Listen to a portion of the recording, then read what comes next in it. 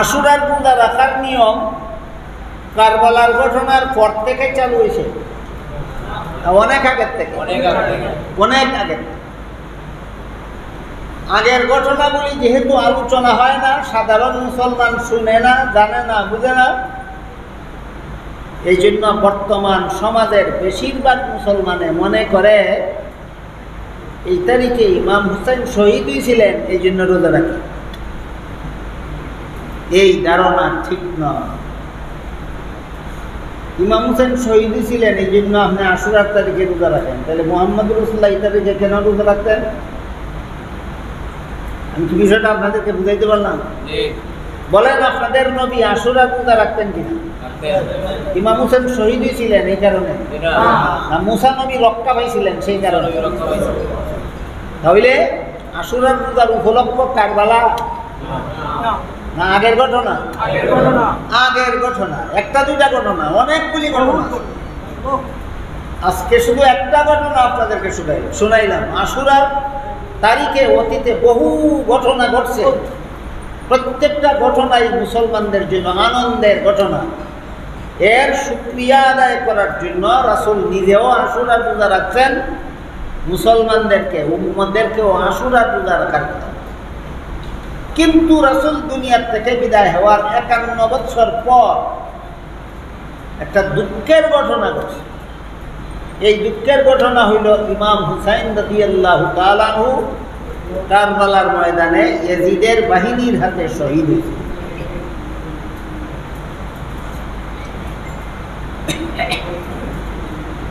ইমাম হুসাইন রাদিয়াল্লাহু তাআলা আনহু ইয়াজিদের বাহিনীর হাতে শহীদ হওয়াটা এটা মুসলমানদের জন্য আনন্দের না দুঃখের? এটা দুঃখের। এই দুঃখের কারণে আমার মনে হয় বর্তমান দুনিয়ার একজন মুসলমানও ইয়াজিদের উপরে খুশি না। একজন মুসলমানও ইয়াজিদের উপর খুশি না। সব মুসলমানের খুব আছে ইয়াজিদের। তোমার বাহিনীর হাতে রাসূলের নাতি শহীদ হয়েছে।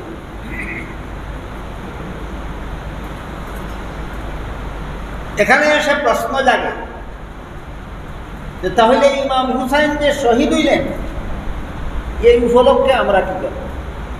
মুসা নবী যে শত্রুর হাত থেকে মুক্তি পাইছিলেন সেই উপলক্ষে রোজা রাখি। কথা বুঝতেছেন কিনা দেখেন। মুসা আলাইহিস সালাম ফেরাউনের বাহিনীর হাত থেকে নাজাত পাইছিলেন, সেই উপলক্ষে আমরা আশুরার রোজা রাখি। ইমাম হুসাইন যে শহীদ হয়েছিলেন এই উপলক্ষে কি করব? যদি রাসূল দুনিয়াতে টাকা খালে শহীদ হইতেন রাসূলই বাতায় দিতেন এই উপলক্ষে এই করে। ইমাম হুসাইন তো শহীদ হয়েছেন রাসূল দুনিয়ার থেকে বিদায় হওয়ার ৫১ বছর পর। কাজে এখানে আমরা মন গড়াভাবে নতুন কোনো আমল আমরা গড়ে নিতে পারি না। রাসূল যা শিক্ষা দিয়ে গেছেন তাই করতে হবে।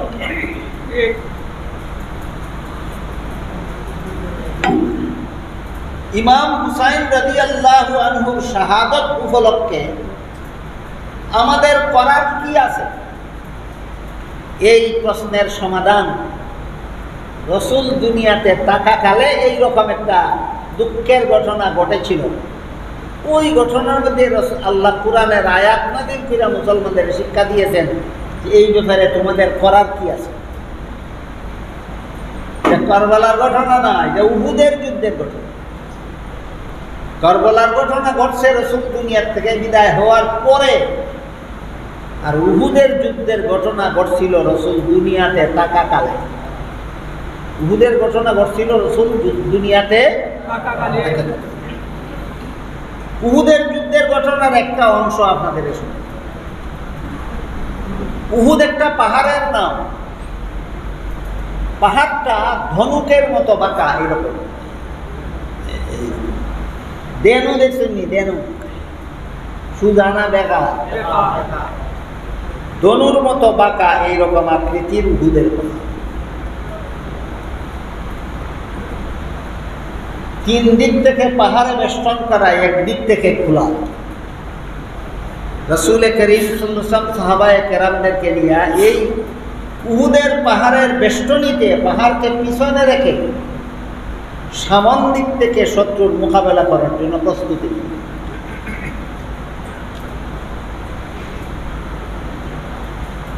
যখন যুদ্ধ শুরু হইল তখন উহুদ পাহাড়ের পিছনে রেখে তো মুসলমান সেনাবাহিনী দাঁড়াইল।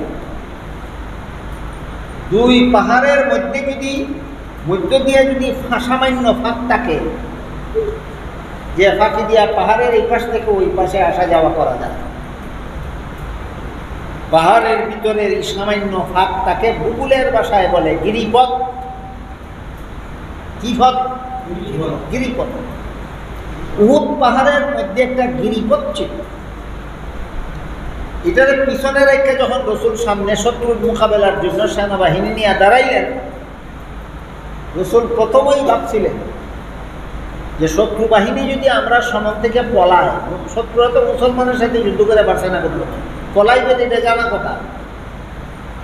ওই সময় যদি কোনো শত্রু পিছনের গিরিপথ দিয়া উহুদের প্রান্তরে প্রবেশ করে, অপ্রস্তুত অবস্থায় মুসলমানদের উপর হামলা করে। এই কারণে আল্লাহ রসুল কয়েকজন সৈনিকরে গিরিপথ পাহারা দেওয়ার জন্য আগের থেকেই মোতায়েন করে রাখছেন।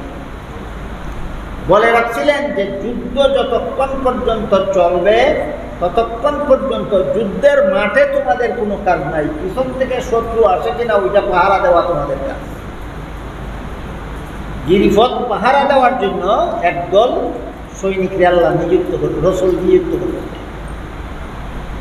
প্রথম হামলাতেই শত্রুরা মুসলমানদের কাছে পরাজিত হইয়া অস্ত্র শস্ত্র মাল সামান সব কিছু পালাইয়া জান বাঁচাইয়া ভাগ্যা গেল।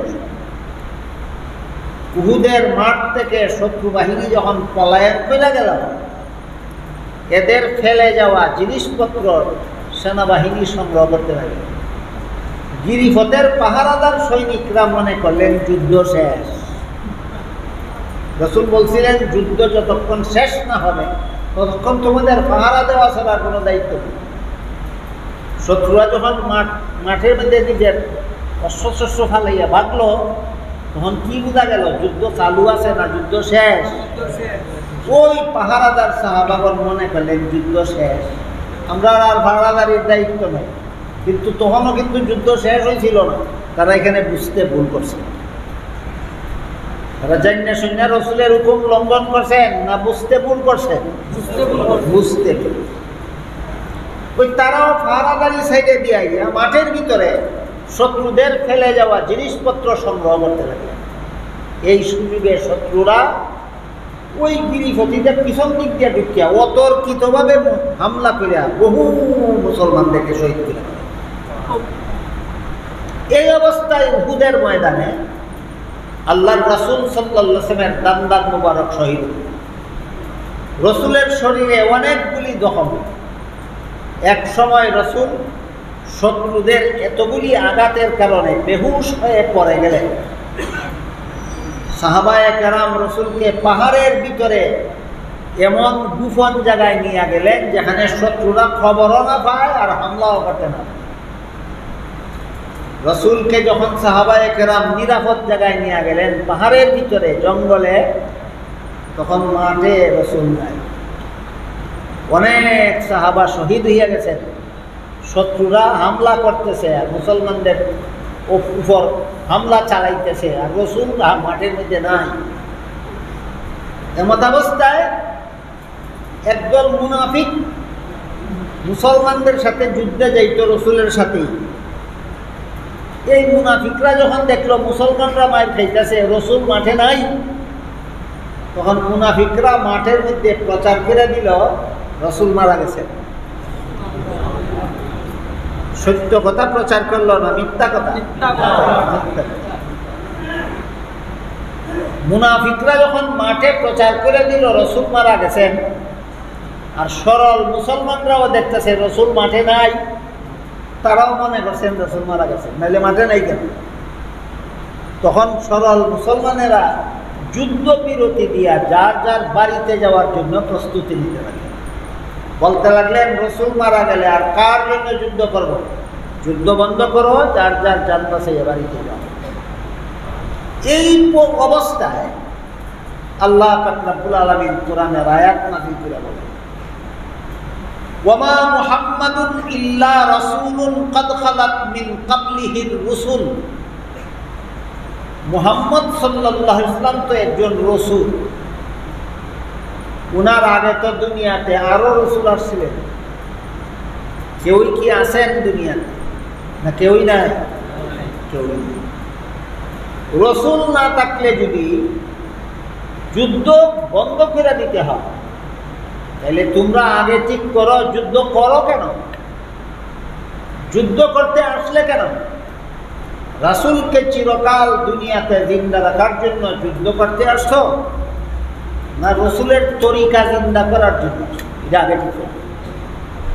আমার কথা বুঝে থাকলে আপনারা বলেন, যত রসুল যত সঙ্গী সাথী নিয়ে শত্রুর মোকাবেলায় দুনিয়াতে যত যুদ্ধ করছেন, রসুলকে জিন্দা রাখার জন্য না রসুলের তরিকা জিন্দা রাখার জন্য? রসুল জিন্দা রাখার জন্য যদি যুদ্ধ করে থাকো, তাহলে রাসূল আজকে ইন্তেকাল না করলেও কোনো না কোনো দিন ইন্তেকাল করবে, যেমন ভাবে আগের রসুলগণ ইন্তেকাল করছে। তাহলে যেদিনই রসুল ইন্তেকাল করবেন সেদিনই কি তোমরা রসুলের তরিকা ছেড়ে দিবে? তাহলে বোঝা গেল রসুলকে জিন্দা রাখার জন্য মুসলমান যুদ্ধ করে না, মুসলমান যুদ্ধ করে রসুলের তরিকা জিন্দা রাখার জন্য। এখান থেকে শিক্ষা নাও, উহুদের ময়দানে তোমরা রসুলকে জিন্দা রাখার জন্য যুদ্ধ করতে আসো না, রসুলের তরিকা জিন্দা রাখার জন্য যুদ্ধ করতে আসো। কাজেই রসুল থাকলেও যুদ্ধ করতে হবে, রসুল শহীদ হইলেও যুদ্ধ করতে হবে। আল্লাহ আয়াত নাযিল করে এই শিক্ষা দিলেন মুসলমানদের, যদি রসুলের তরিকা জিন্দা রাখার জন্য যুদ্ধ করতে আসে দেখো, তাইলে রসুল জিন্দা থাকলেও যুদ্ধ করতে হবে, রসুল শহীদ হইয়া গেলেও যুদ্ধ করতে হবে। এই শিক্ষা কারবালার মাঠ থেকেও আমাদের নেই।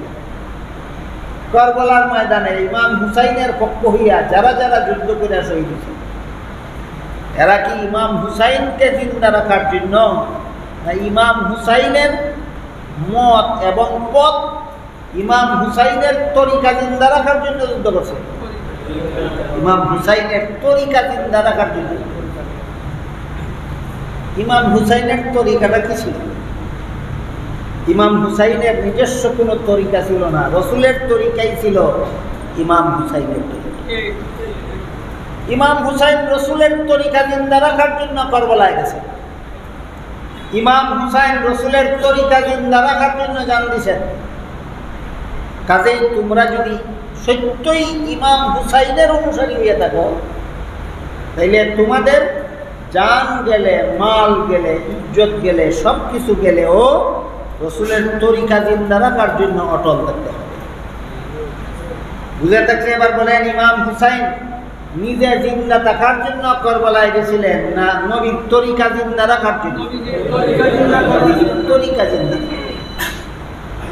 ইয়াজিদের বিরুদ্ধে ইমাম হুসাইন যুদ্ধ করতে গেলেন কেন? ইয়াজিদের বিরুদ্ধে ইমাম হুসাইন যুদ্ধ করতে যাওয়ার কারণ হইল ইয়াজিদ রসুলের তরিকার থেকে বিচ্যুত হয়ে গেছে। ইয়াজিদের বিরুদ্ধে ইতিহাসে অভিযোগ পাওয়া যায়,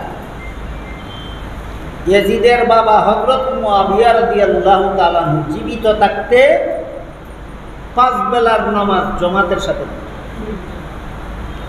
বাবা মুআবিয়ার ইন্তেকালের পর গদি পাইয়া ইয়াজিদে নামাজ ছেড়ে দিয়েছিল। অভিযোগ আছে তার বিরুদ্ধে। অভিযোগ কতটুকু বাস্তব কতটুকু অবাস্তব এটা দীর্ঘ আলোচনা, আমি সেই দিকে যাইতেছি না। ইতিহাসের পাতায় ইয়াজিদের বিরুদ্ধে কতগুলি অভিযোগ পাওয়া যায়। এই অভিযোগগুলি বাবা থাকা অবস্থায় ছিল না বাবার মরণের পর? বাবার মরণে। ইয়াজিদের বিরুদ্ধে অভিযোগ ছিল বাবার মরণের পরে ইয়াজিদ নামাজ ছেড়ে দিয়েছিল। ইয়াজিদের বিরুদ্ধে অভিযোগ ছিল বাবা মুআবিয়ার মরণের পর ইয়াজিদ গান বাজনা করত, ইয়াজিদ নর্তকীদের নাচ দেখত, ইয়াজিদ মদ খাইত। এই ধরনের অভিযোগ আছে ইতিহাসে।